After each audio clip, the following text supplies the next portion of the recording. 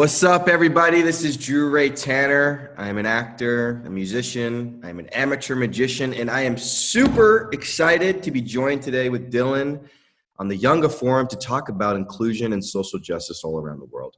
First and foremost, I think identity is a huge thing. I struggled with my own identity and just feeling, just from a social standpoint, that I couldn't be comfortably the race that I wanted to be as a mixed kid. Once somebody found out that, oh, you feel this way because you're Black, or you feel this way because you're Chinese, they would use that as a tool against me. Over time, as a young kid, I slowly stopped identifying as those races. I stopped sticking up for myself. I stopped sticking up for those around me. And I let the ignorant people in my town sort of win.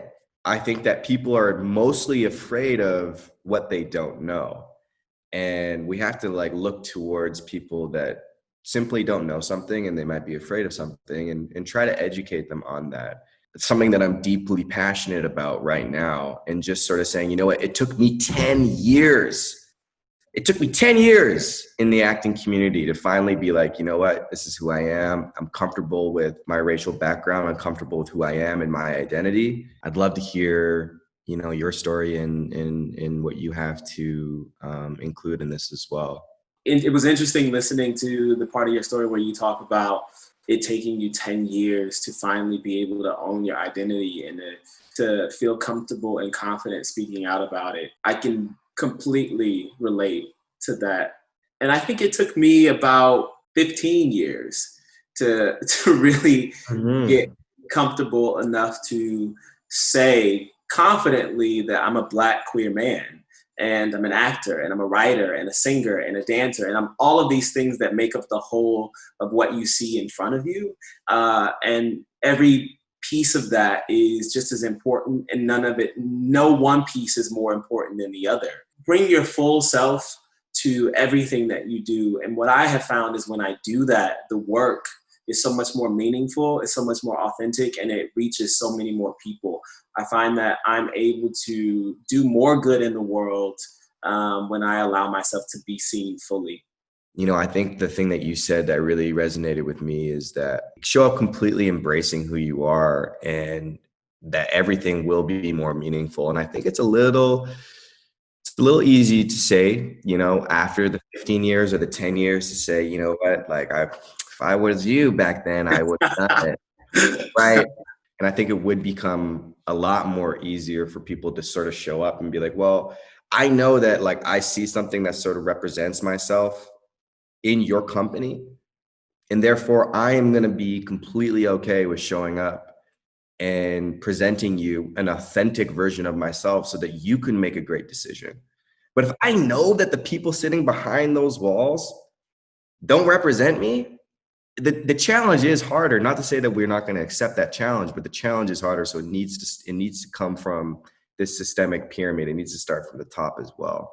Absolutely. I think that's so key. We talk about representation a lot in the media, but it's so important in corporate spaces, in the workforce, in every facet of our lives, to have people at the top who represent all walks of life so that the folks who work with them and underneath them feel comfortable being their full selves. I can't invest in my country, I can't invest in my community, I can't invest in my world if I don't know that that country or that community or that world doesn't care about the things that are important to me.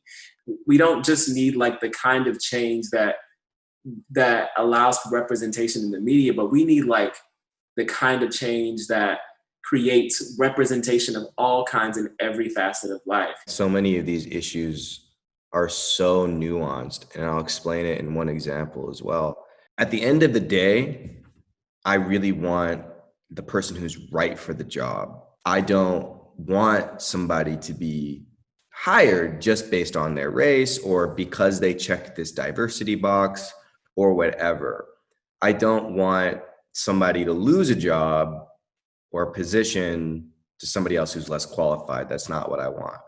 And I think that fears people because they feel like, well, they're only being hired because they do check these boxes. They're not actually being hired because they're qualified. And is that going to actually have an effect on our country now in terms of how it's run?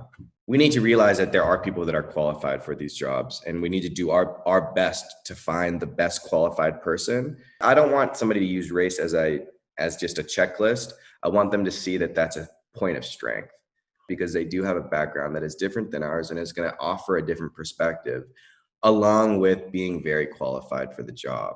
And I think that once people start to be viewed that way, I think things are going to move into a better direction. Yeah, we hear all of these arguments about whether or not people should be in a position because of their race and ethnicity, and if they're qualified. And I do think that at the end of the day, we want to make sure that someone is qualified for the position, for the job, that they deserve to be in these institutions. However, most people who are successful are that way because they have had opportunity, some sort of privilege, some sort of opportunity that most folks who want to do that thing have not had. I can say that for myself. I've been blessed with opportunities that have allowed me to be successful. I don't believe that any one of us is completely self-made. Sure, you have to do a lot of work when you get to these opportunities, but someone has to open the door for you. And so I say that to sort of bring that into the room, as we're sort of talking about this idea of diversity, inclusion, and acceptance. I think we have to not only interrogate the how somebody got there, but we need to interrogate the why. Why are these things important? Why is it important for our rooms to be diverse? It's not important just because we need to check off a box to say that, we give ourselves a gold star because, we've got a Black person or a disabled person or a queer person or an Asian person in the room. That's not the why. The why should be about creating a space that looks like the world, that actually feels like the world, that experiences the world in different ways. Because when we talk about these sort of affirmative action policies, the value is being placed on sort of these standards that have been created by patriarchy and white supremacy, if we're being completely clear. But there's also value in the experience of the kid who comes from a low-income neighborhood, who has learned all of these cultural things that really allow him to move in the world differently. So what happens when that kid has an opportunity to be in the same space as the kid from Connecticut who grew up in the suburbs and who had every opportunity? When they get together, what is it that they can actually create together? I think that's the reason why inclusion and acceptance is so important. It's not just so we can check off a box. And when we can understand why we need to have these conversations and why diversity is important and why inclusion and acceptance is important, then I think we're headed in the right direction. It's like Delon said, you put that kid from Connecticut, you put that kid from some different part of the world, and, you put those two kids in a room, they're probably going to come up with something pretty special, because the generation is getting more accepting. It is. And I agree. That's the kind of world that I want to see. I want to see what those two kids come up with, because both got to exist in harmony. And so maybe that's what I can really say, is that we need to find a way to exist in harmony.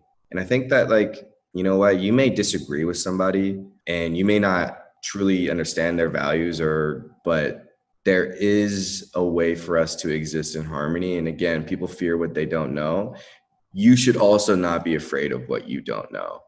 And maybe that's what I think would help kind of push this thing forward a little bit more. Less hate, less fear, and more openness.